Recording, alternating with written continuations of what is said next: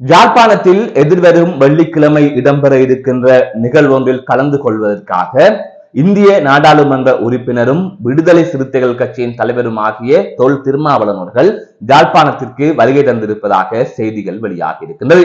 தமிழ் தேசிய பசுமை இயக்கத்தின் அழைப்பின் பேரில் அவர் இவ்வாறு இங்கு வந்திருக்கின்றார். இந்த புனிதமான கார்த்திகை மாதத்தில் கனிமொழி, பாலு உள்ளிட்டவர்களுடன் சேர்ந்து மஹிந்த ராஜபக்சவை சந்தித்த தொல் திருமாவளவன், புலிகள் அமைப்பின் நம்பிக்கைக்கு விரோதமாக செயற்பட்ட தொல் திருமாவளவன், இங்கு மக்கள் இறப்பதற்கு காரணமாக இருந்த காங்கிரஸ் மற்றும் திமுகவுடன் இன்று வரை கூட்டணியில் இருக்கின்ற திருமாவளவனை ஏன் இவ்வாறு இங்கு அழைக்க வேண்டும் என்கின்ற கேள்வி இருக்கின்றது. அதை தவிர தமிழக மக்களுக்கும் தலித் மக்களுக்கும் அவர் சரியாக செயற்படவில்லை என்கின்ற குற்றச்சாட்டுகள் அங்கும் எழுந்திருக்கின்றன. எனவே ஒட்டுமொத்தமாக யாருக்குமே உண்மை இல்லாத இந்த திருமாவளவனை ஏன் இங்கு அழைக்க வேண்டும் என்கின்ற குரல்கள் எழுந்து வருகின்றது. என்ன நடக்கின்றது இது தொடர்பாக விரிவாக பார்க்க இருக்கின்றோம். அதற்கு முதல் JK ரிப்போர்ட் எனப்படுகின்ற இந்த யூடியூப் சேனலை இதுவரை யாராவது சப்ஸ்கிரைப் செய்யாமல் பார்த்துக் கொண்டிருந்தால் சப்ஸ்கிரைப் செய்து கொள்ளுங்கள். தொடர்ந்து அருகில் இருக்கின்ற பெல் பட்டினை கிளிக் செய்வதன் ஊடாக நான் போடுகின்ற ஒவ்வொரு காணொளிகளையும் நீங்கள் உடனுக்குடன் பார்க்கக்கூடிய வகையில இருக்கும். நான் நடராசா ஜெயகாந்தன். தற்பொழுது செய்திகளுக்குள்ளே செல்லலாம். தமிழ் தேசிய பசுமை இயக்கம் வடமாகாண மரநடுக மாதத்தை முன்னிட்டு கார்த்திகை வாசம் எனப்படுகின்ற ஒரு மலர் கண்காட்சி பூங்காவில், அதாவது சங்கிலியன் பூங்காவில் எதிர்வருகின்ற வெள்ளிக்கிழமை 3 மணிக்கு ஆரம்பமாகின்றது. இந்த நிகழ்விற்காக தமிழ் தேசிய பசுமை இயக்கம் இந்திய நாடாளுமன்ற உறுப்பினரும் விடுதலை சிறுத்தைகள் கட்சியின் தலைவருமாகிய தொல் திருமாவளவனை அழைத்திருந்தது. அதனைத் தொடர்ந்து அவர் யாழ்ப்பாணத்திற்கு வருகை தந்திருப்பதாக தற்பொழுது செய்திகள் வெளிவந்திருக்கின்றது. இந்த தொல் திருமாவளவன் யார் என்பதை தற்போது இருக்கின்ற தலைமுறையினர் அறிந்திருப்பதற்கான வாய்ப்பு இல்லை. கடந்த காலத்தில் புலிகள் அமைப்பினர் தமிழர்களுக்காக தீர்வு வேண்டி தனி நாடு வேண்டி இங்கு போராட்டம் ஒன்றினை மேற்கொண்டிருந்தார்கள். அப்போது இந்தியாவில் இருக்கின்ற, குறிப்பாக தமிழகத்தில் இருக்கின்ற சில தலைவர்களை அவர்கள் எங்களுக்காக அங்கு குரல் கொடுப்பார்கள், இங்கு மக்கள் இறக்கின்ற போதெல்லாம் அவர்கள் அங்கு குரல் கொடுப்பார்கள் என்று அவர்கள் நம்பி இருந்தார்கள். ஆனால் அவர்கள் அங்கிருந்து கொண்டு ஒன்றுமே செய்யவில்லை.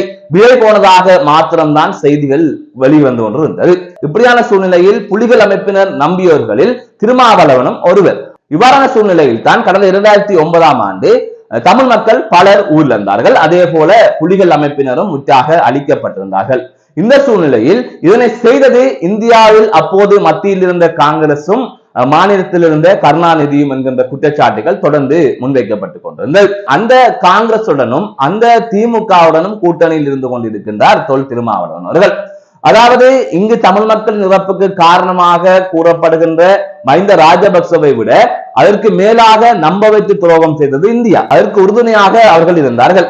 அதைவிட புலிகள் அமைப்பின் தலைவரின் தாயாரை சிகிச்சைக்காக தமிழகம் கொண்டு சென்ற போது அங்கு அப்போது முதலமைச்சராக இருந்த கருணாநிதி அவரது கால் தமிழ்நாட்டு மண்ணில் படாமல் திருப்பி அனுப்பியவராக கருணாநிதி அவர்கள் இருக்கிறார். அப்போது ஸ்டாலினும் துணை முதலமைச்சராகத்தான் இருந்தார்.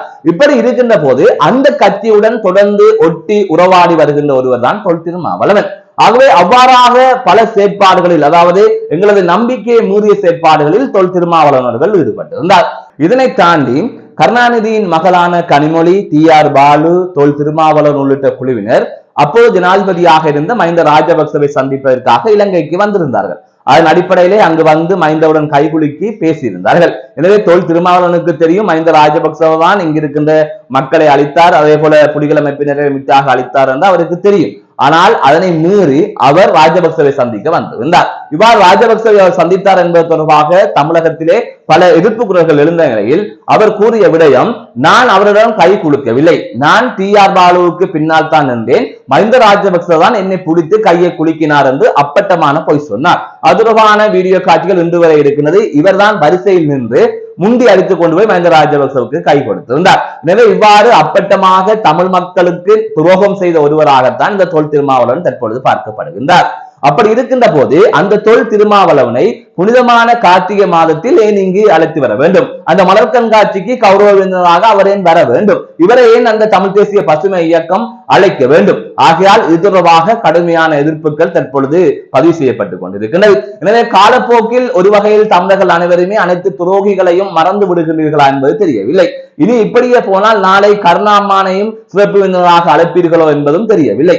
ஆனால் இன்று வரை திருமாவளவன் திமுக காங்கிரஸ் கூட்டணியில் தான் இருக்கின்றார். அதே போல சரி, இங்கிருக்கின்ற மக்களுக்கு தான் அவர் இப்படி துரோகம் செய்கின்றார் என்று பார்த்தால் தமிழகத்தில் இருக்கின்ற மக்களுக்கும் அவர் துரோகம் செய்து கொண்டுதான் இருக்கின்றார்.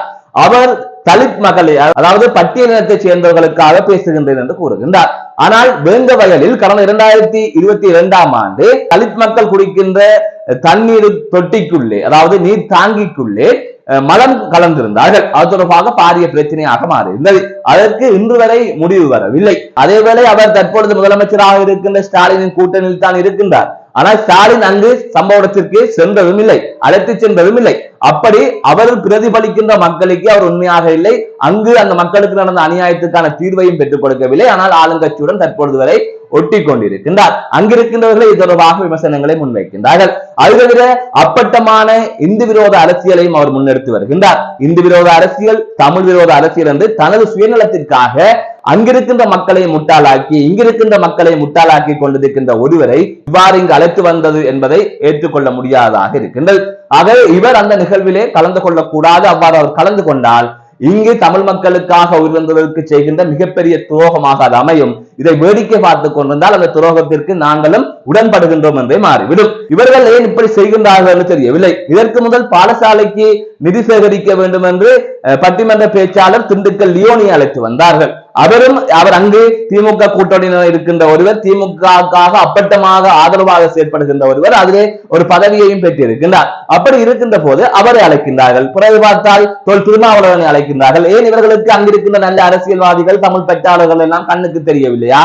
அல்லது இங்கிருக்கின்ற இவர்களும் அவர்களுடன் ஒத்துப்போகின்ற ஒரே கொள்கையில் இருக்கின்றார்களா?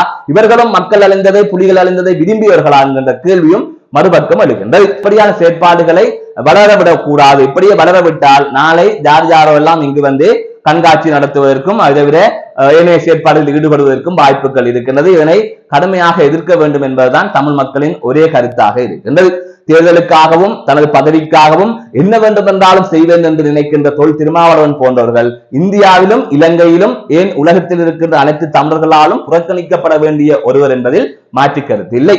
மீண்டும் ஒரு காணொலி சந்திக்கின்றேன். நான் நடராசா ஜெயகாந்தன்.